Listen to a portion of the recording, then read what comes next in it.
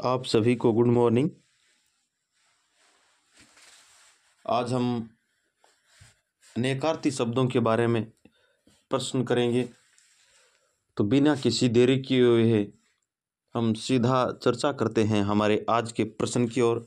हमारा आज का प्रश्न, पहला प्रश्न है वह है कि परिकर का अनेकार्थी नहीं है। परिकर अनेकार्थी नहीं है। कर्मबंध, परिवार, समूह और क्षत्रिय।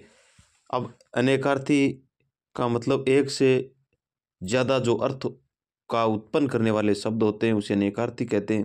अब हम अनेकार्थी को ऐसे याद नहीं रख करके हम एक शब्द इसके टुकड़े कर लेंगे। परि का मतलब चारों तरफ होता है और कर का मतलब जो बंधा हुआ होता है या जिसमें सभी लोग मिल कर के, तो यानी कमरबंद यानी चारों तरफ होता है। परिवार का मतलब सभी करों से मजबूत होता है। समूह का मतलब एक बंधन में बंधा होता है। क्षत्रिय शब्द है वो अलग होता है। इस प्रकार हमारा जो चौथा ऑप्शन है वो सही होगा। अगला प्रश्न है वो है कि अंक शब्द का अर्थ नहीं है। गोद, चिन्ह, संख्या और अंग, इनमें से कौन सा शब्द है वो अंक का नहीं होता है। अंक का मत अंक, गोद, चिन्ह, संख्या और अंग। अंग होता अलग होता है, संख्या होता है, गोद होता है, चिन्ह होता है, लेकिन अंग है वो नहीं होता है। हमारा जो चौथा ऑप्शन है वो सही होगा।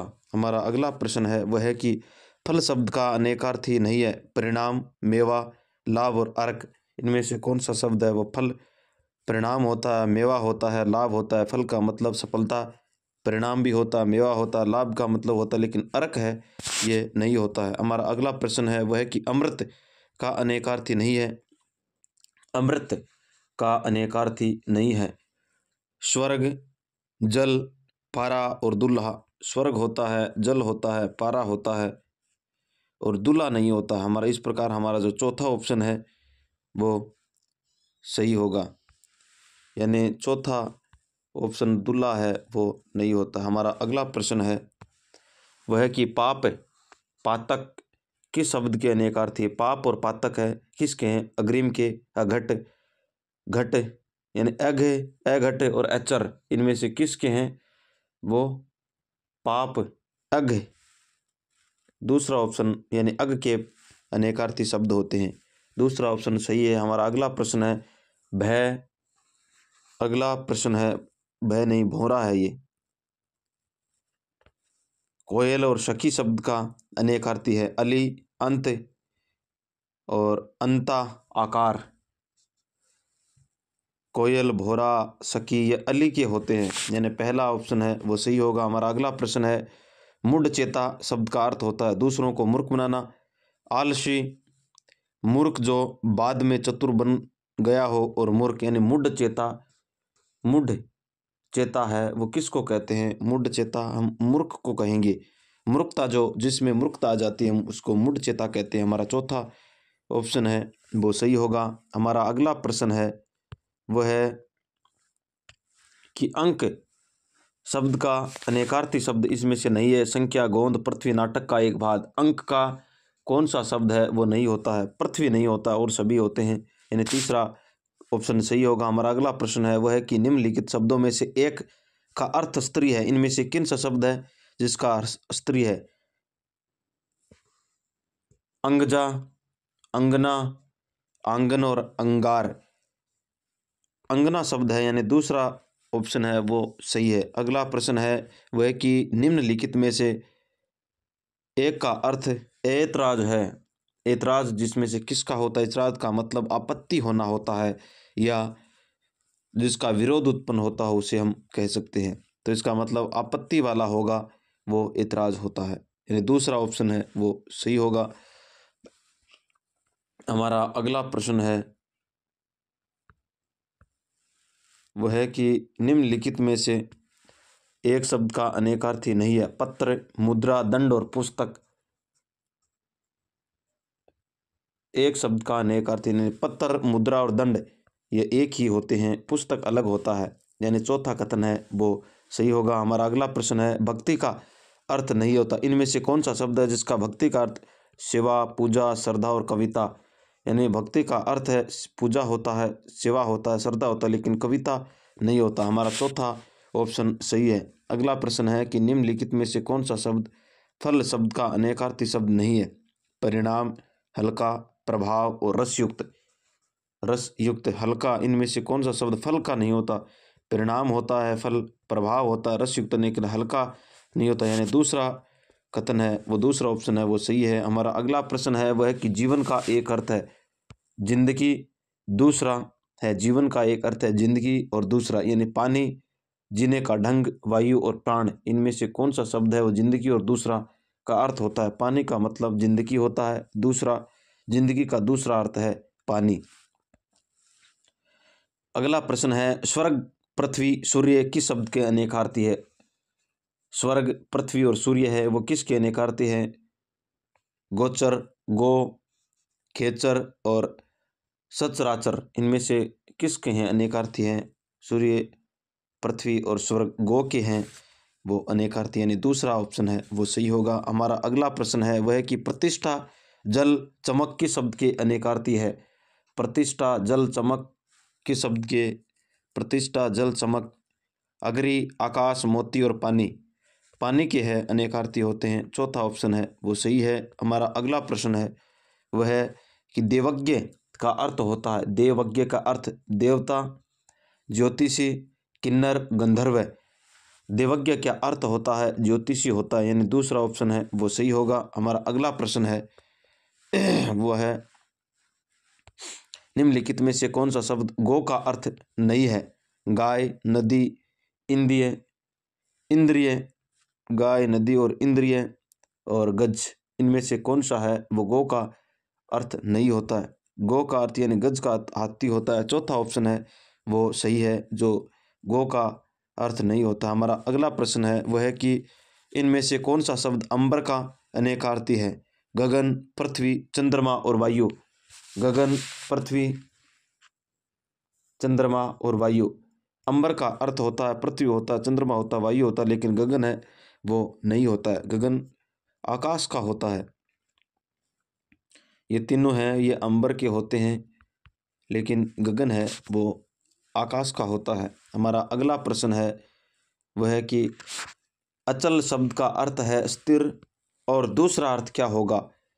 चलायमान, निश्चल, स्थिर और गतिमान।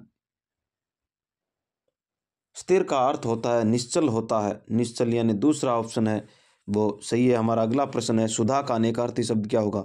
बादल, बिजली, अमृत, पानी, प्राण, प्रियतम, सेना और शक्ति, इनमें से कौन सा है वो सुधा का होता है? सुधा का मतलब होता है मीठा, यानी अमृत और पानी हम सुधा को कह सकते हैं। दूसरा ऑप्शन है वो सही है। अगला प्रश्न है निम्न विकल्पों में से अनेकार्थी शब्द समूह पहचान कर चिन्हित करना है। आँख का, अली, अक्षी, अक्ष, नाक, स्वर्ग, नागकेसर, इज्जत, कान का, श्रुति, कर्ण, कक्षा, अंग का, अवयव, अंश और शरीर, इनमें से कौन सा है वो अनेकार्थी शब्द है वाला युग्म सही है? अंग का मतलब अवयव होता है, अंश होता है, शरीर होता है। चौथा कथन है वो सही होगा। हमारा अगला प्रश्न है वो है कि अनेकार्थी शब्द कृष्ण के लिए निम्न में से गलत विकल्प का चयन करना है। काला, कांते, श्याम और मधुसूदन, इनमें से कौन सा शब्द वो कृष्ण के लिए अनेकार्थी शब्द है वो गलत है? कृष्ण का मतलब काला होता है, श्याम होता है, मधुसूदन होता है, लेकिन कांते नहीं होता। दूसरा ऑप्शन है वो सही होगा। हमारा अगला प्रश्न है वह है कि निम्नलिखित शब्दों में से एक का अर्थ तिरछी नजर होता है, वह आक्षेप है, किसको कहते हैं? कटुक्ति, व्यंग्य, ताना और कटाक्ष। हम कटाक्ष को है वो तिरछी नज़र कैसे कहेंगे, यानी चौथा कथन है वो सही है। हमारा अगला प्रश्न है वह है कि इनमें से मुख का अनेकार्थक शब्द कौन सा होता है? मुख का मतलब बिना बोलना होता है। गूंगा, चुप, शांत और विवश। नहीं है पूछा है, गूंगा होता है, चुप होता है, शांत होता है, विवश, विवश, विवश होता है। मुख का मतलब शांत नहीं होता है, शांत नहीं होता है, इसका मतलब तीसरा कथन है वो सही होगा। हमारा तीसरा ऑप्शन है वो सही होगा।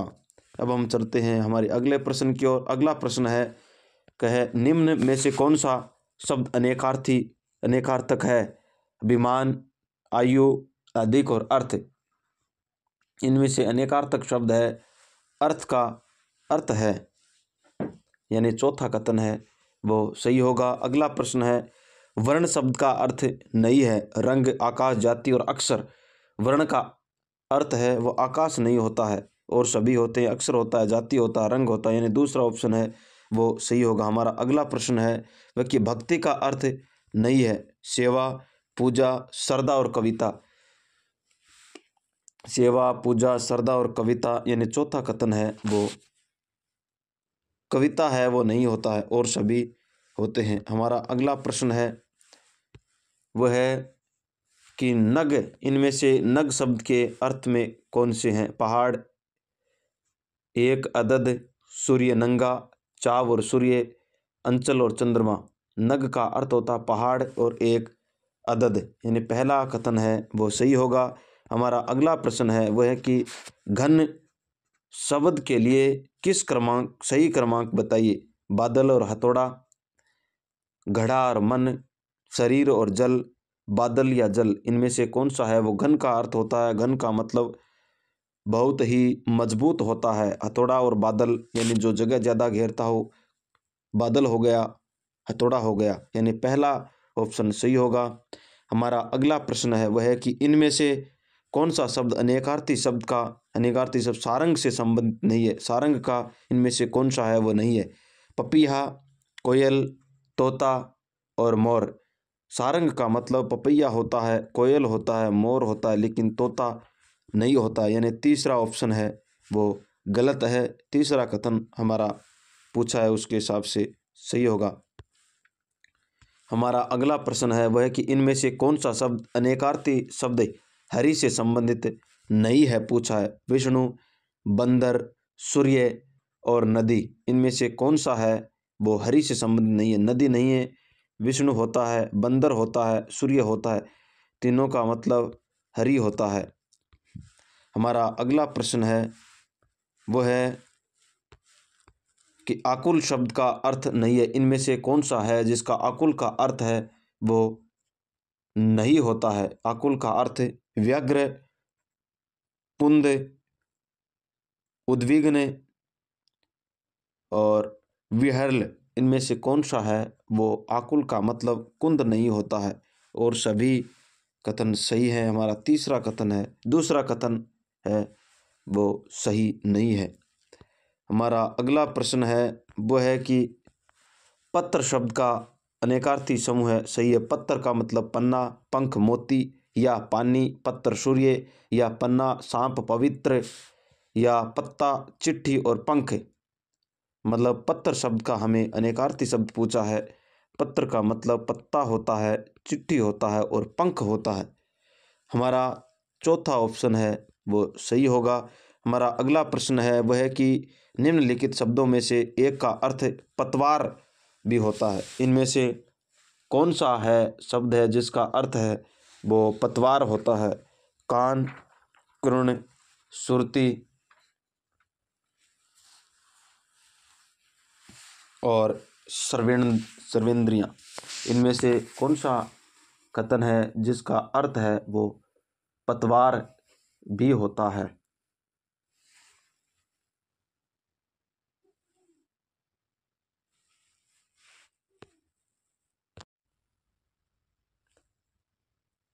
हमें इसमें पूछा है पतवार का अर्थ होता है, हमारा दूसरा ऑप्शन है यानी कर्ण है वो सही होता है। इस प्रकार आज हमने अनेकार्थी संबंधों से संबंधित हमारी ये प्रश्नोत्तरी थी। आगे की चर्चा करेंगे हम अगली क्लास में। तब तक के लिए आप सभी को धन्यवाद।